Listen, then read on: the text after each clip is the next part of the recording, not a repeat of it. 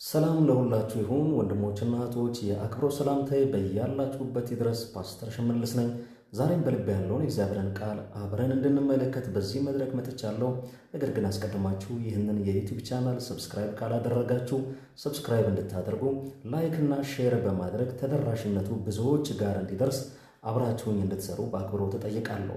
የምናገርበት ክፍል የሚገኘው በሐዋርያት ሥራ ምዕራፍ 12 ከቁጥር 8 እስከ ቁጥር 10 ያለው ነው። ቃሉ እንደዚህ ይላል። መልአኩም ታጠቅና ጫማህን አግባ አለው። እንዲሁም አደረገ። ልብስህንም ልበስና ተከተለኝ አለው። ወጥቶም ተከተለው። ራእይንም የሚያይ ይመስለው ነበር እንጂ በመልአኩ የሚደረገው ነገር እውነት እንደሆነ አላወቀም። የመጀመሪያውንና የሁለተኛውን ዘብ አልፈው ወደ ከተማ ወደሚያወጣው ወደ ብረቱ መዝጊያ ደረሱ። እርሱም አውቆ ተከፈተላቸው። ይሄ ክፍል ወይም ይሄ ታሪክ የሚያስቃኘን የነገሥታት ንጉሥ፣ የጌቶች ጌታ፣ የሁሉ አምላክ በሆነው በጌታ በኢየሱስ ለመጀመሪያይቱ ቤተ ክርስቲያን ለቀደሙት ሐዋርያት የተሰጠውን መልእክት ሊገዳደር ስለወጣ አንድ ንጉሥ ነው። መልእክቱ ከሁሉ የበላይ ከሆነው የመጣ እንደሆነ አላወቀምና በሱ ንግስና፣ በእርሱ ስልጣን፣ በእርሱ አቅም ሊያቆመው፣ ሊገድበው፣ ሊከላከለው እንደሚችል አስቦ የተቻለውን ጥረት አደረገ። በቤተ ክርስቲያን ላይ እጁን ጫነ። መከራ ሊያደርስባት ወደደ። እንደዚሁም ደግሞ ከሐዋርያቱ መካከል አንዱ የሆነውን ያዕቆብን በሰይፍ ስለት አስገደለው። አይሁድን ደስ እንዳሰኛቸው በተረዳ ጊዜ ጨምሮ ደግሞ ጴጥሮስን ያዘው ይላል።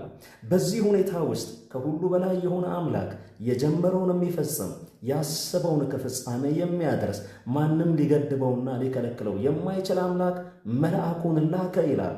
በወታደሮች መካከል ታስሮ የነበረውን ጴጥሮስን መልአኩ ጎድኑን ነክቶ አስነሳው።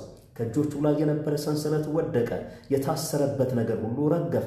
የብረቱ መዝጊያ አውቆ ተከፈተላቸው። ጴጥሮስ የሚያየው ነገር ሕልም እንጂ እውን አልመሰለውም። ራእይ እንጂ እውነት አልመሰለውም። ለዛ ነው በመጨረሻ እግዚአብሔር መልአኩን ልኮ እንዳዳነኝ አወቅኩ ያለው። ወንድሞቼና እህቶቼ ዛሬም እውነቱ ይሄ ነው። በእናንተ ሕይወት ነገር የጀመረው ራሱ እግዚአብሔር ነው። በእናንተ ሕይወት ምክር የመከረው፣ በእናንተ ሕይወት ይሄ ይሁን ያለው ከሁሉ በላይ የሆነው አምላክ ነው። እግዚአብሔር በሕይወታችሁ የጀመረውን ማናቸውም እንቅስቃሴ በምድር ላይ ያለ አለቃ፣ በሰፈር ላይ አለቃ፣ በምድር ላይ ያለ አስተዳዳሪ ወይም የትኛውም አይነት ሁኔታ ሊገድበውና ሊከለክለው አይችልም። ሕልም እየመሰላችሁ የብረቱ መዝጊያ ይከፈታል። ሕልም እየመሰላችሁ እጃችሁ ላይ ያለ ሰንሰለት ይወድቃል። ሕልም እየመሰላችሁ በሕይወታችሁ ላይ ያለ ተግዳሮት በሙሉ ከፊታችሁ ይነሳል። እኔ ዛሬ በእግዚአብሔር እውነትና በእግዚአብሔር ቃል እመርቃችኋለሁ። በጌታ በኢየሱስ ክርስቶስ ስም እግዚአብሔር በሕይወታችሁ የጀመረው ነገር ወደ ፍጻሜ ይሂድ።